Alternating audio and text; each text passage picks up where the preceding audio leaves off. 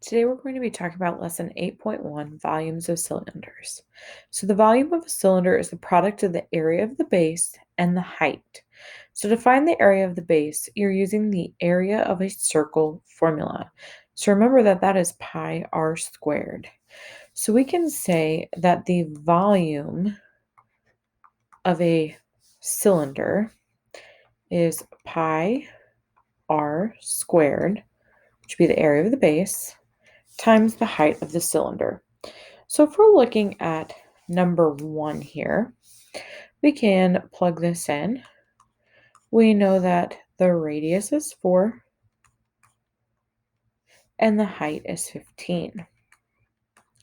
So we can take 4 squared, which is 16, times 15 times pi. So go ahead and multiply 16 by 15. When you multiplied 16 by 15, you end up with 240. So we have 240 pi. This is considered to leaving the answer in terms of pi. Now, we could take this and multiply 240 by 3.14, and 240 times 3.14 is 753.6 feet cubed. Now, using this same formula, volume is equal to pi r squared times the height. Go ahead and try to solve the next one. You have probably noticed that in number 2 that you are given the volume and you are trying to find the height. So we're going to plug in the volume on the left-hand side of the equal sign, pi times radius, which is 4 squared, times the height. Now we can start simplifying to solve this equation. So 4 squared is 16.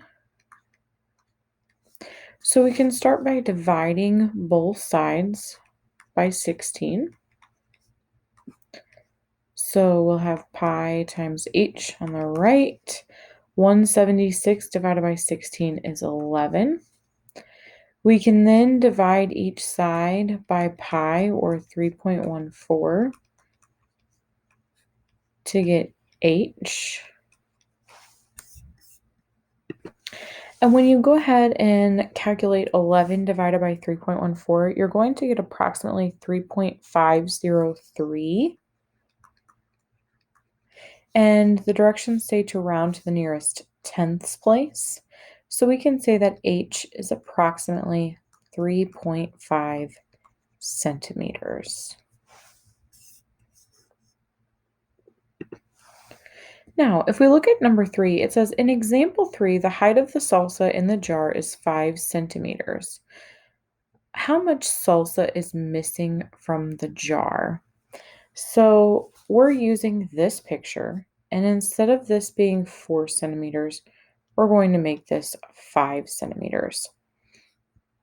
And we need to know how much is missing.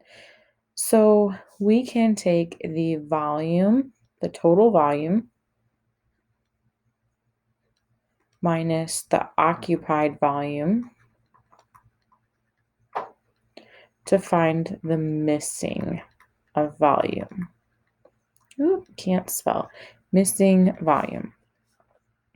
So remember that this is pi r squared times the height minus the pi r squared times the height is going to give us the amount that we need. We're just going to call that x for right now.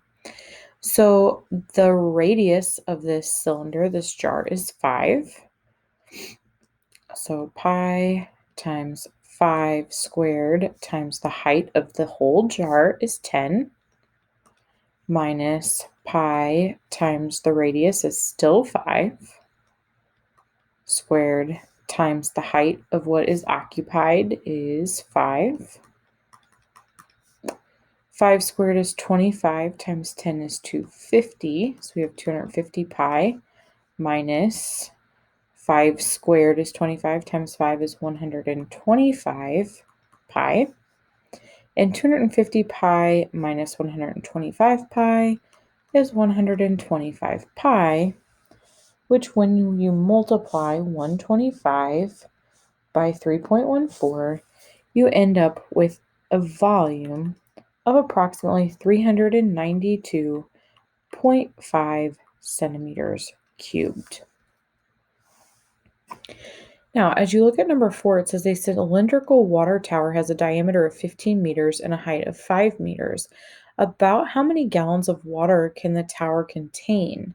So it's telling you that 1 cubic meter is equal to approximately 264 gallons. So if we go ahead and take a look here at this one,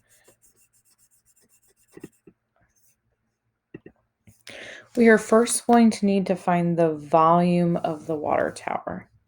So the first thing we are doing is finding the volume of the water tower. So go ahead and find the volume of the water tower and then come back. Now, you should have plugged in the information that you've known. So the diameter is 15 and half of 15 is 7.5. The height is 5. So 7.5 squared is 56.25. We multiply by 5 to get 281.25 times pi is approximately 883.125 meters cubed. So now if we're asking ourselves how many gallons of water can the tower contain, if 1 cubic meter is approximately 264 gallons, how many gallons would 883.125 thousandths meters equal? So we're going to take this number and multiply by 264. So again, we can use those calculators for this chapter. So if we multiply these two things, we are going to end up with approximately 233,145 gallons of water.